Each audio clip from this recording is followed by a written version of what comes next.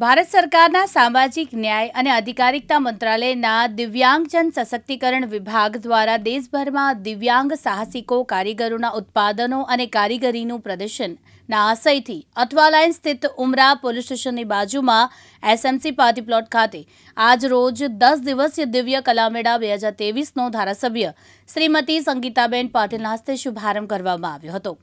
આ મેળો 7 જાન્યુઆરી સુધી 10 દિવસ માટે ખુલ્લો રહેશે।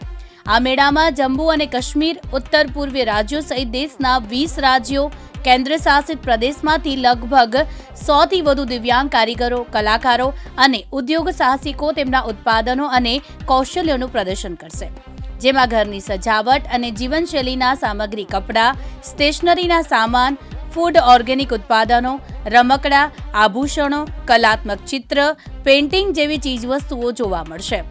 દિવ્યાંગ કારીગરો દ્વારા બનાવેલ ચીજવસ્તુઓને ખરીદી વોકલ ફોર લોકલ સૂત્રને સાર્થક કરી દિવ્યાંગ કારીગરો દ્વારા બનાવેલા ઉત્પાદનને ખરીદવાની તક સાંપડી છે। આ મેળામાં 24 દિવ્યાંગોએ ₹1 કરોડ 8 લાખની લોન મંજૂર કરવામાં આવી હતી, જેમાંથી 9 દિવ્યાંગોને ટોકન તરીકે લોન મંજૂર પત્રો આપવામાં આવ્યા હતા। અલીમ કંપની દ્વારા વિકલાંગોને કૃત્રિમ અંગોનું વિતરણ કરવામાં આવ્યું હતું। 10 દિવસીય દિવ્ય કલામેળો સવારે 11 થી રાત્રે 9 કલાક સુધી ખુલ્લો રહેશે। દિવ્યાંગ કલાકારો અને જાણીતા વ્યવસાયિકો દ્વારા પ્રદર્શન સહિત અનેક સાંસ્કૃતિક પ્રવૃત્તિઓનો પણ સમાવેશ કરવામાં આવશે। આ કાર્યક્રમમાં પ્રવાસીઓ દેશના વિવિધ પ્રદેશોમાંથી તેમના મનપસંદ ખોરાકની મજા પણ માણી શકશે। આ અવસરે એનડીએફસીના chief managing director Navin Shah, Baroda Gujarat Gramin બેંકના આસિસ્ટન્ટ મેનેજર VM બોરડિયા, GSSFDCના અનિલાબેન પીપલિયા તથા મોટી સંખ્યામાં દિવ્યાંગ વિદ્યાર્થીઓ ઉપસ્થિત રહ્યા હતા। સુરતના ઉમરા એસએમસી પાર્ટી પ્લોટ ખાતે એક દિવ્ય કલા મેળાનું આયોજન કરવામાં આવ્યું છે। તેની અંદર મોટા ભાગના જે દિવ્યાંગો છે જે પોતાની કારીગરી છે, પોતાની રીતે બનાવેલી જે વસ્તુ છે તે આ મેળામાં મૂકવાના છે અને લોકો સમક્ષ મૂકીને ક્યાંક ને ક્યાંક દિવ્યાંગોને આત્મનિર્ભર બનાવવા માટેનો એક પ્રયાસ અહીં કરવામાં આવ્યો છે। દિવ્ય કલા મેળાનું આયોજન કરવામાં આવ્યું છે। તેની અંદર મોટા ભાગના જે દિવ્યાંગો છે તે લોકોનો સ્ટોલ અહીં લગાડવામાં આવ્યા છે। પોતાની રીતે કારીગરી કરવામાં આવી છે, પોતાની રીતે પ્રોડક્ટ તૈયાર કરવામાં આવી છે। સરકાર દ્વારા તે લોકોને સપોર્ટ કરવામાં આવી રહ્યો છે એવું આપણે કહી શકાય, કારણ કે તમામ જે દિવ્યાંગો છે તે લોકોને અહીં સ્ટોલ ફાળવવામાં આવ્યું છે અને પોતાની જે કારીગરીની જે વસ્તુઓ છે તે મૂકવામાં આવ્યા છે। આપણે દિવ્યાંગ બેન છે, આપણે એમની સાથે જ વાત કરીશું। જી બેન, સૌથી પ્રથમ આપનું નામ અને જે આપના દ્વારા બનાવવામાં આવી છે આનાથી આપને કેટલો ફાયદો થઈ શકે છે? મારું નામ છે હર્ષિદા પ્રજાપતિ। હું અમદાવાદથી આવી છું અને મેં પહેલા બોમ્બે સ્ટોલ કર્યો હતો, પછી ભોપાલ કર્યો અને અહીંયા ત્રીજો છે દિવ્ય કલામેળા સુરતનો।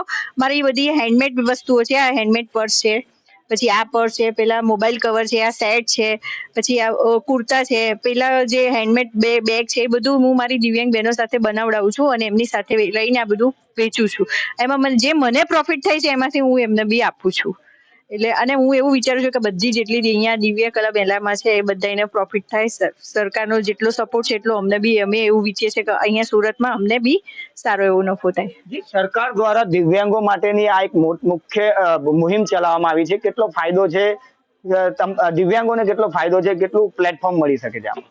એ લોકોનો અમારી પાસે બહુ મોટો સપોર્ટ છે, કેમ કે અમને રહેવાનું, જમવાનું અને ત્યાંથી આવવા જવાની ટિકિટ સાથે બધું ફ્રીમાં આપે છે। સ્ટોલ બી ફ્રીમાં છે અમારો। અમારે ખાલી આવીને પોતાનો આ જે છે એનો વેપાર કરવાનો, જે બી નફો થાય બધો અમારો। જે રીતે આપને સ્ટોલ લગાડવામાં આવે છે, સુરતની જનતા માટે શું કહેશો? કેમ કે આપ દિવ્યાંગ છો અને તમારી રીતે કારીગરી કરીને આ વસ્તુઓ બનાવવામાં આવી છે, સુરતની જનતાને શું કહેશો? સુરતની જનતાને અમે એ જ કહીશું કે અમે જે દિવ્યાંગ છે અમે આટલું કામ કરીએ છીએ અને તમે બી એવી રીતના કામ કરો, અમને એ લોકો અમારો સપોર્ટ કરે, અમારી પાસેથી આ બધી વસ્તુ ખરીદીને અમને અમારો સપોર્ટ કરે। બસ, થેન્ક યુ સો મચ।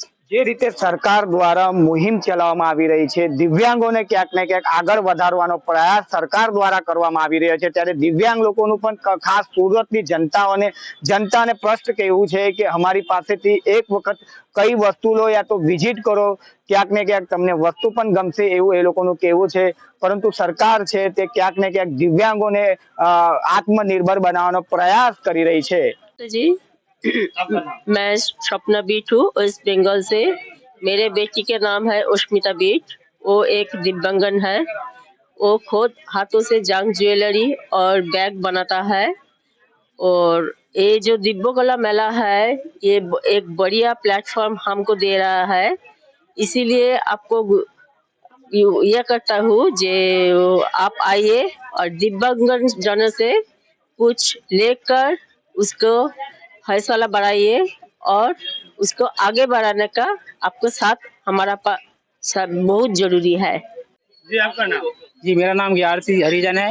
मैं एमपी से आया हूँ और ये माल है जो मैं खुद घर पे बनाता हूँ, ताकि नरेंद्र मोदी की का कहना है कि खुद का बिजनेस करो तो वो अच्छा है अपने लिए, तो ताकि अपन खुद कर सके अपने अगले जन्म के लिए। जी जिस तरीके से सरकार ने आपको एक प्लेटफॉर्म दिया है दिव्य कला मेला के अंदर अपना खुद की बनाई प्रोडक्ट को बेचने के लिए, तो जी क्या बोलना चाहोगे सरकार को? मैं सरकार को धन्यवाद कहूँगा कि उन्होंने हम जैसे विकलांगों को एक दिव्य अंग दिया है, जो कि और किसी ने नहीं दिया था, जो हम विकलांगों के लाने दिया उन्होंने, ताकि अपने आप में हम खड़े हो सकें अपने पैरों पर। किस तरीके की व्यवस्था दे रही है सरकार? सरकार तो अब अच्छी तरीके से व्यवस्था दे रही है।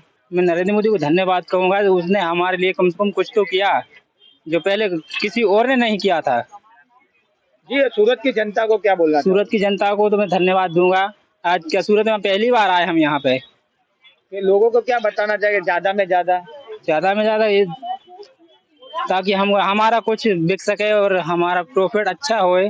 मैं जनता को धन्यवाद दूंगा, वो आए और हमारे स्टोर से सामान खरीदे, तो इतना ही चाहूंगा सर। जी आपका नाम? जी मुबारक अली नाम है मेरा, मैं राजस्थान से हूँ। दीपा मेला क्लब से हम यहाँ पे आए हैं और हमारे को स्टॉल दी गई है।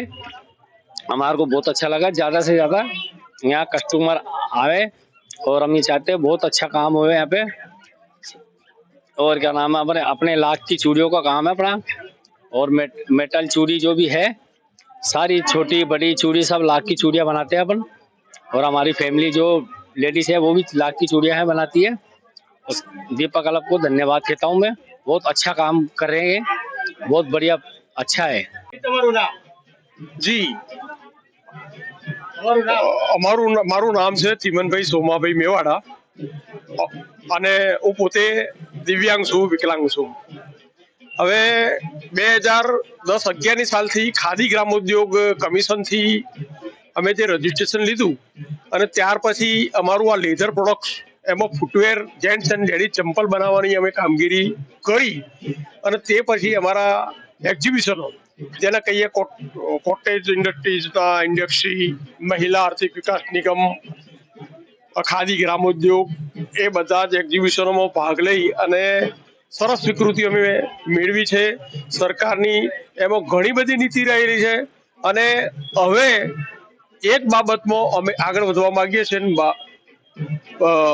ખાદી ગ્રામોદ્યોગ અમને સેકન્ડ ટ્રીપ આપે છે અને એમાં અમારે ઉદ્યોગ કરવો હોય તો અમને ઉદ્યોગ માટે સહાયભૂત થવા તૈયાર છે। મેં આખો પ્રોજેક્ટ બનાવ્યો છે અને લેધર કોલ્હાપુરી આખી આઈટમ અમારે તૈયાર કરવી છે।